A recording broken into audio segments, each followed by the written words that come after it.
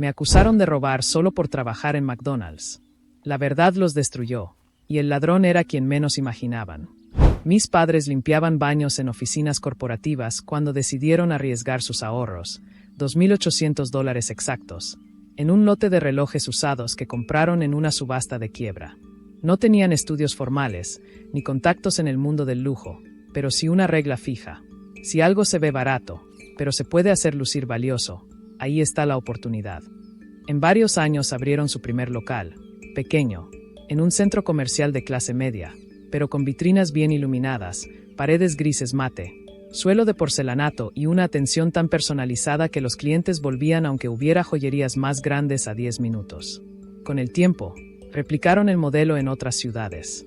Hoy tienen 5 tiendas, $2 millones en mercancía y una reputación sólida. Todos mis hermanos estudiaron. Uno es contador certificado, otro diseñadora de joyas con maestría en gemología, y la tercera maneja finanzas y redes sociales. Yo no quise ir a la universidad. Desde los 18 trabajo en McDonald's, gano por horas, y vivo como me gusta. Me encantan las motos deportivas, así que compro modelos usados, nada extremo, nada ilegal. Las uso durante meses, a veces casi un año. Disfruto cada salida al amanecer con el casco puesto y el viento en la cara, y luego, cuando ya las conozco de memoria, las vendo para comprar otra. También armo sets de Lego de autos de Fórmula 1 los fines de semana. No es glamoroso, pero es honesto. En casa, nunca me dijeron que sobraba, pero tampoco me incluían en las decisiones del negocio. Era como el mueble cómodo que todos toleran, pero nadie necesita. Los domingos eran sagrados. Almuerzo obligatorio, mesa grande, conversaciones sobre el negocio. Yo asistía, pero rara vez hablaba. Una vez, mi papá me preguntó, ¿nunca pensaste en meterte en esto? Podrías empezar en ventas, aprender poco a poco. Le dije que no, que prefería algo más directo, sin tantas capas de protocolo. Eres libre, respondió, pero su tono decía lo contrario. Desde entonces, dejaron de insistir. No hubo confrontación, solo distancia. Y la distancia, con el tiempo, se convierte en hábito. Mi relación con Carlos, mi primo, siempre fue distante. Él estudió contabilidad, hizo cursos de auditoría interna y entró al negocio joven. Manejaba los libros de varias tiendas, firmaba ajustes de inventario y tenía acceso total al sistema central. Era callado, eficiente y muy respetado. Carlos es nuestro cerebro financiero, decía mi tío con orgullo. Yo lo veía en las reuniones, tomando notas en su libreta negra, asintiendo en silencio. Nunca cruzamos más de 3 frases seguidas. Pero antes de aquella noche, hubo señales. Pequeñas, casi invisibles. Una vez, en una cena familiar, Carlos mencionó que había estado en Las Vegas por trabajo. Una feria de proveedores, dijo. Pero mi tío frunció el ceño. Feria en Las Vegas. ¿Desde cuándo los proveedores de relojes están en casinos? Carlos rió nervioso. No fui al casino, tío. Solo al Convention Center. Nadie insistió. Otra vez, vi su carro estacionado frente a un hotel de lujo en mitad de semana. Pensé que era raro, pero no dije nada. No era mi asunto. También estaba el asunto de los relojes dañados. En una auditoría interna, Carlos reportó que varias piezas de una colección popular habían llegado con rayones en la caja y cristal astillado. Según el informe, fueron descartadas y enviadas a reciclaje. Pero mi hermana, que diseña empaques, notó algo extraño. Ninguno de esos modelos venía en caja de madera ese mes. Todos usaban cartón reforzado. ¿Cómo se rayaron tanto? Carlos respondió que fue un error del transportista. Nadie investigó más. Confiaban en él. Además, Carlos había empezado a vestir ropa más cara, relojes que no eran de la tienda, zapatos italianos, incluso un nuevo reloj Omega que lucía en una foto de redes. Cuando mi tía le preguntó de dónde lo había sacado, dijo que era un regalo de un cliente. Me dio una propina generosa por ayudarlo a elegir un anillo de compromiso, explicó. Nadie cuestionó más. Después de todo, era el contador. Debía saber manejar sus finanzas. Aquella noche era el aniversario de mis papás. Habían contratado catering, colocado luces cálidas en el jardín trasero y hasta programado un brindis. Estaba todo listo, mesas redondas con manteles blancos, copas de cristal, incluso un pequeño set de música en vivo. Llegué un poco tarde, con mi uniforme de McDonald's aún puesto, pero con una camisa limpia por encima. Otra vez tarde. me dijo mi tío al verme. Solo 5 minutos, respondí. El turno se alargó por un problema con la freidora. Asintió, pero su mirada ya decía lo que pensaba. La cena comenzó puntual. Sopa de calabaza, salmón al horno, vino blanco. En la mesa, hablaban de expansiones. Estamos viendo un local en otra ciudad, dijo mi papá. Si las ventas siguen así, podríamos abrir pronto. Ya pedí cotización para un sistema nuevo de inventario, añadió mi hermano. Va a integrar contabilidad, ventas y proveedores en tiempo real. Mi hermana mostró bocetos de una nueva colección inspirada en arte mexicano.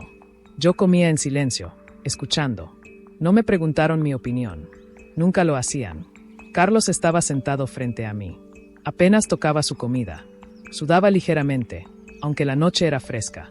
En un momento, sacó su teléfono y revisó algo con rapidez. Lucía nervioso, pero nadie lo notó. Todos estaban absortos en la conversación sobre impuestos y margen de ganancia. En un momento, mi tío se levantó. Voy a la oficina un momento, dijo. Le prometí a la pastelería que les mandaba el pago en efectivo, o no nos entregan el pastel. Alguien gritó, apúrate que se enfría la sopa, y él desapareció por el pasillo que lleva al ala este de la casa, donde está la oficina administrativa del negocio familiar. Minutos después, regresó con la cara desencajada. Faltan $5,000, anunció, mirando directamente a mi papá. Los tenía en un sobrecafé, dentro del primer cajón del escritorio. Los guardé ahí esta mañana para pagar unos proveedores y el pastel, y ya no están. El silencio fue instantáneo. Mi hermano dejó su copa sobre la mesa y me miró. Daniel, ¿tú pasaste por la oficina? Te vi caminar solo por ese pasillo cuando fuiste al baño. Sí, pasé por ahí, respondí, sin alterarme. Pero no entré. La puerta estaba cerrada, como siempre.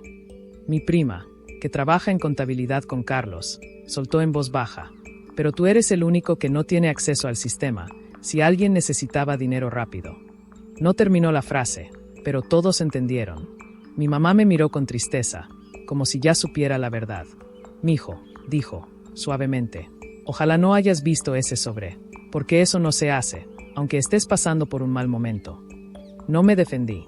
Sabía que en ese instante, para ellos, yo ya era culpable. No por pruebas, sino por conveniencia. Al final de la cena, mi tío se acercó y me dio una palmada incómoda en el hombro. Espero que esto se aclare pronto, por tu bien. Al día siguiente, mi papá me llamó a su estudio. No había gritos, no había drama. Solo una voz cansada. Daniel, si vas a seguir viviendo aquí, necesito que firmes un acuerdo de convivencia y que busques otro trabajo. No podemos tener esa duda en casa. No discutí. Empacé mis cosas en 2 maletas, metí mis sets de Lego en cajas de cartón, saqué mi moto del garaje y me fui sin decir adiós. Quiero hacer un paréntesis y es que lo más fuerte de esta historia hasta el momento es como Daniel ni siquiera se defendió. Igualmente pues yo creo que él en su mente pensó y dijo, bueno, si yo le digo a él que traiga a la policía, le digo a mi tío, traiga a la policía que yo no tengo nada, yo no me robo nada, igualmente pues ya todos creyeron de que él se había robado el dinero. Entonces, primero es una falta de respeto y segundo el tío también como que muy suave, muy relajado, porque cómo va a guardar $5,000 en el escritorio. Para eso existen las cajas fuertes y no quiere decir que porque Daniel sea un simple empleado de McDonald's entonces sea pobre y no tenga dinero. O sea, siento que esta parte de la historia me dio como un poco de mal genio, no sé qué opinan ustedes. Los primeros días fueron más duros de lo que imaginé. Alquilé una habitación en un complejo de apartamentos compartidos, con cocina en común y baño que usaban 3 personas más. La primera semana, olvidé pagar la luz y me la cortaron. La segunda, me quedé sin gasolina y tuve que pedir un adelanto en McDonald's. Dormía en una cama individual con colchón hundido, y cada noche escuchaba el ruido de los vecinos, el tráfico de la avenida, y el silencio incómodo de no tener a nadie con quien hablar. Pero no llamé, no pedí ayuda. Sabía que si lo hacía, confirmaría lo que ellos ya creían, que no podía valerme por mí mismo. Seguí trabajando turnos dobles. No por heroísmo, sino porque no tenía otra opción. Comía sándwiches del menú de empleados, me bañaba en las duchas del gimnasio cercano, que conseguí con un descuento por ser empleado de la cadena, y los domingos salía en moto temprano para despejarme. Fue en una de esas salidas que conocí a un mecánico que me enseñó a hacer yo mismo el cambio de aceite. Si vas a depender de una máquina, aprende a cuidarla, me dijo. Desde entonces, Empecé a ahorrar no solo en dinero, sino en autonomía. Pasaron casi 3 meses antes de que mi gerente notara algo distinto. No fue un milagro, fue consistencia. Nunca llegué tarde, nunca me quejé. Cuando faltaba personal, cubría turnos. Cuando un cliente se ponía agresivo, mantenía la calma. Un día, mientras revisábamos el inventario de insumos, me preguntó: ¿alguna vez has pensado en capacitarte para supervisión? Le dije que no lo había considerado, pero que estaba dispuesto. Me inscribió en un programa interno de 6 semanas. Clases los martes y jueves después del turno. Exámenes prácticos los sábados. Aprobé con la segunda mejor calificación del grupo. Fue entonces, casi 4 meses después de irme de casa, que me llamó a su oficina. Te ascendimos a líder de punto, me dijo. Vas a coordinar turnos, entrenar nuevos empleados y reportar directamente a mí. Confiamos en ti. No era un salario millonario, pero sí un aumento del 20%, beneficios médicos básicos y horarios más estables. Con eso, pude mudarme a un departamento pequeño, de una habitación, con cocina propia y ventana que daba al este. La primera noche, armé un set de Lego viejo que traía en una caja desde la casa de mis padres. No era nuevo, pero lo terminé. Y eso bastó. Mientras tanto, en la familia, el silencio se volvió incómodo. No hubo llamadas, no hubo mensajes. Pero empecé a notar cosas. Mi mamá dejó de publicar fotos de reuniones familiares en redes. Mi hermana eliminó una historia en la que aparecía Carlos firmando documentos en la oficina. Y en una entrevista local que le hicieron a mi papá sobre el crecimiento del negocio, evitó mencionar el nombre de su sobrino. El descubrimiento no fue repentino. Empezó con una queja de un cliente en Dallas. Había comprado un reloj Tissot PRX, pero al revisar el sistema, no aparecía como vendido. El gerente del local investigó y encontró que el número de serie coincidía con uno marcado como dañado en recepción. Alertó a la oficina central. Mi papá, desconfiado, ordenó una auditoría cruzada entre los 5 locales. Fue entonces cuando notó el patrón: los mismos modelos, las mismas excusas, las mismas fechas de merma, y siempre con la autorización digital de Carlos. Pero lo que realmente lo hizo actuar fue una llamada del banco. Una transferencia sospechosa, de $15,000, desde la cuenta operativa de la joyería a una cuenta privada en Nevada. El banco la detuvo por falta de justificación comercial. Mi papá exigió los registros de acceso al sistema. Descubrió que Carlos había usado su clave para generar órdenes falsas de devolución a proveedor, y luego había vendido los relojes en efectivo a un comprador privado en Las Vegas. Los tickets de apuestas, guardados en su correo personal, coincidían con las fechas de los retiros. Lo confrontaron en una reunión familiar cerrada. Al principio, Carlos negó todo. Dijo que era un error contable, un malentendido. Pero cuando mi tío le mostró una foto de él entrando a un casino con un reloj Omega que no era de la tienda, se derrumbó. Perdí una apuesta grande, admitió. Pensé que podría recuperarlo rápido, pero cada vez necesitaba más. Los 5,000 de la casa fueron mi último intento de tapar el hoyo antes de que alguien revisara los libros. Fue casi medio año después de que me echaran que mi papá me llamó. No fue un día cualquiera. Fue un viernes, al final de mi turno, mientras limpiaba las mesas del área de clientes. Daniel, tenemos que hablar, dijo, con una voz que nunca le había escuchado. Fueron $35,000 en total. Relojes de gama media, efectivo, todo desaparecido poco a poco durante meses. Pensamos que eras tú, pero fue Carlos. Hizo una pausa. Te pedimos perdón. Ah, bueno, entonces es increíble cómo el papá llama a Daniel tan tranquilo, tan relajado. Es que Carlos se robó $35,000 y pasó esto y fue él. No, pues por lo menos dile, hijo, perdóname, te amo mucho, no debía hacerlo así, no debí haber juzgado, perdóname porque pues yo pensé que había sido tú, porque pues estabas en una mala situación económica, qué sé yo. Pero lo que más me gusta es cómo Daniel no accedió. Daniel dijo: listo, yo me voy, yo tengo mi trabajo, yo me puedo valer por mí mismo. Y así fue y así pasó. Entonces, esto es para que las personas que están escuchando esta historia sepan que no importa el trabajo, no importa el cargo, no importa el dinero. Si a uno lo acusan de algo de lo que uno es inocente, es mejor coger sus cosas y largarse de ahí. Vuelve a casa. Incluso podemos darte un puesto en la joyería, algo sencillo, para que empieces a enderezar tu vida. Respiré hondo. No sentía rencor, solo claridad. Gracias, le dije. Pero no, ustedes no me echaron porque creyeran que era ladrón. Me echaron porque asumieron que podría hacerlo. Y eso no se arregla con una disculpa ni con un puesto en la joyería. Colgué. Unos días después, mi hermana me llamó. Carlos se fue de la ciudad. Vendió su carro, cerró su cuenta y dejó una nota diciendo que no podía enfrentar la vergüenza. Papá está destrozado, no por el dinero, sino porque confió en él ciegamente. No supe qué decir. ¿Y ahora qué harán?, pregunté. Van a contratar auditores externos. Van a cambiar los protocolos de inventario. Y van a poner cámaras en la oficina de casa. Me reí, sin ganas. Tarde para eso. No. Esa noche, terminé de armar el último set de Lego que me quedaba. Un Aston Martin de Fórmula 1, rojo brillante, con cada pieza en su lugar exacto. Al día siguiente, entregué mi primer informe como líder de punto. Redujimos el desperdicio de alimentos en un 12% y mejoramos los tiempos de servicio. Mi gerente me felicitó frente a todo el equipo. Unas semanas después, mi hermano tocó a mi puerta. Llegó en su camioneta nueva, traje casual, pero con cara de quien no sabe cómo empezar. ¿Puedo pasar?, preguntó. Lo invité a sentarse en mi pequeño balcón. Sé que no merecemos tu confianza, dijo. Pero papá quiere que sepas que van a demandar a Carlos. Ya contrataron a un abogado. Quieren recuperar lo que puedan y dejar claro que no tolerarán este tipo de traición. Asentí, pero no dije nada. También, queremos que sepas que retiramos tu nombre de cualquier sospecha en los registros internos. Hicimos una reunión familiar formal y todos firmaron una carta de retractación. Saqué una cerveza de la nevera y se la ofrecí. No necesito una carta, hermano. Necesitaba que no me juzgaran sin escucharme. Eso ya pasó. Se quedó callado un rato. ¿Alguna vez pensaste en volver?, preguntó. No al negocio, pero a la familia. Lo miré. Yo nunca me fui de la familia. Ustedes me sacaron de la casa. Hay diferencia. Se fue poco después. No hubo reconciliación, pero sí un gesto. Y a veces, eso es todo lo que queda. Con el tiempo, vendí mi moto antigua y compré otra, más eficiente, más práctica. Usé parte del dinero para pagar 6 meses de renta por adelantado.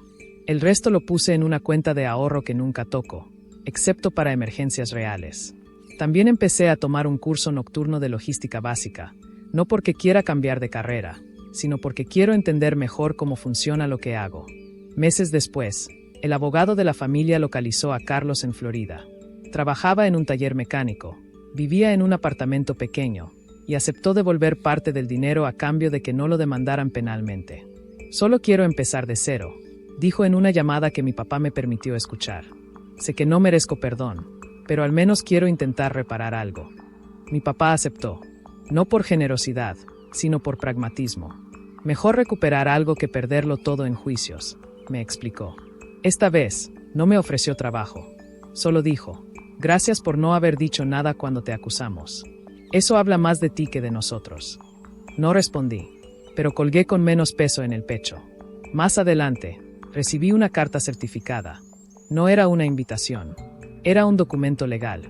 La familia estaba formalizando una fundación benéfica en honor a mis abuelos, y querían que yo figurara como miembro fundador honorario, con derecho a opinar en proyectos comunitarios. No había dinero involucrado, solo un gesto simbólico, pero real. Lo acepté, no por ellos, por mis abuelos, que siempre me trataron como igual. Cuando fui a la primera reunión, era la primera vez que volvía a la casa desde que me fui.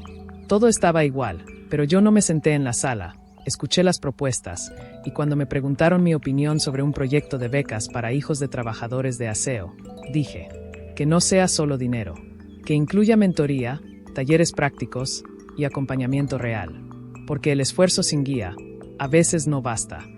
Nadie habló por un segundo. Luego, mi papá asintió. Buena idea, dijo. Y esta vez, lo escribieron en las actas. Hoy, sigo en McDonald's. Sigo armando Legos los domingos. Sigo saliendo en moto. Ahora una Honda CB 650R que compré con mis ahorros. Y sigo firmando cheques de renta con mi propio nombre. Porque al final, no se trata de quien tiene más relojes. Se trata de quien puede mirarse al espejo sin dudar de sí mismo.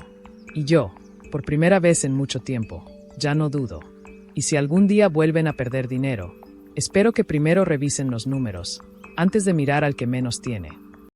Bueno, primero que nada quiero darte las gracias por haber llegado hasta el final de la historia. Te invito a que te suscribas a este canal para que juntos podamos hacer análisis de las historias. Bueno, lo primero que quiero recalcar es que la enseñanza que me ha dejado esta historia es que uno nunca tiene que achicarse frente a nadie, sin importar el estrato económico, sin importar las circunstancias. Y una escena muy fuerte que me marcó en esta historia es como el hijo vio que lo acusaron a él de que se robó $5,000, o sea, que le robó al tío, y nadie se inmutó, nadie lo defendió, simplemente porque es del cargo más bajo, simplemente porque es una persona que no quiso estudiar, entonces simplemente fue él. Y mira que esto pasó en la vida real en mi familia en una ocasión, porque mi madre, pues actualmente, para cuando estés viendo este video, ella trabaja en casa de familia y hace como unos 6 años atrás, en una casa la habían acusado de que ella se estaba robando algunas cosas. Mi mamá pues obviamente no se robó nada y ¿sabes qué pasó? Renunció y estas dos personas que pues eran jefes de mi mamá decidieron poner unas cámaras porque mi mamá trabajaba con otra persona y se dieron cuenta que la empleada era la que se estaba robando algunas cosas de la ex jefe de mi mamá y después llamaron a mi mamá pues a pedirle disculpas que por favor volviera y no, no se trata de eso. Lo que esta historia nos quiere tratar de decir a nosotros es que seamos más empáticos, que primero nosotros preguntemos qué fue lo que realmente pasó. Si nos damos cuenta en la historia le dijeron, ah, no, Daniel fue el que pasó por allá en el pasillo, entonces él fue. Hombre, el momento se prestó para todo, pero no era el simple hecho de acusarlo, era de decir, bueno, vamos a evaluar dónde está el dinero, será que yo lo guardé acá. Entonces requisemos. Yo en el lugar del tío, yo digo, listo, de aquí nadie me sale, los voy a requisar, así todos queden sin ropa literal, o sea, aquí los voy a requisar y aquí no me sale nadie, no, yo llamo a la policía, pero entonces Daniel sabía que él ahí no tenía nada que hacer y se fue. Y él dijo, listo, yo tengo mi empleo en McDonald's, un empleo normal, común y corriente, y desea hacer su vida solo y el papá más adelante lo llama, no es capaz de decirle hijo, perdóname, discúlpame, sino que de una, no, lo que pasó fue que Carlos robó $35,000 y pasó y esto, no, pues tampoco porque uno también es un ser humano, uno también siente y en la historia se siente como al final él quedó resentido y sí, quedó tranquilo, pero él lo que esperaba era en el momento que no lo acusaran. Entonces, no sé ustedes qué opinan acerca de esta historia, si te ha pasado algo en la vida personal tuya, como yo te he contado lo que le pasó a mi madre, coméntamelo aquí abajito en la caja de comentarios para leerlo, para responderte, porque esto es una comunidad y esto es simplemente más allá de un simple video en mi canal, más allá de simples videos, son historias narradas y criticadas con criterio para siempre dejar una enseñanza. Entonces, nada, simplemente quiero desearte una feliz tarde o noche. Gracias.